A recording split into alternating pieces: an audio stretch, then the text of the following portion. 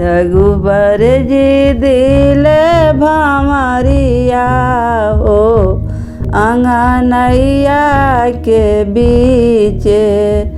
रघुबर जी दिले भंवरिया हो अंगनैया के बीचे।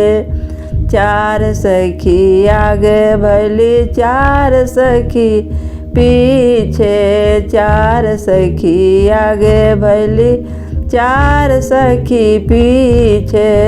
चार सखी मारे नजरिया हो अंगनैया के बीचे।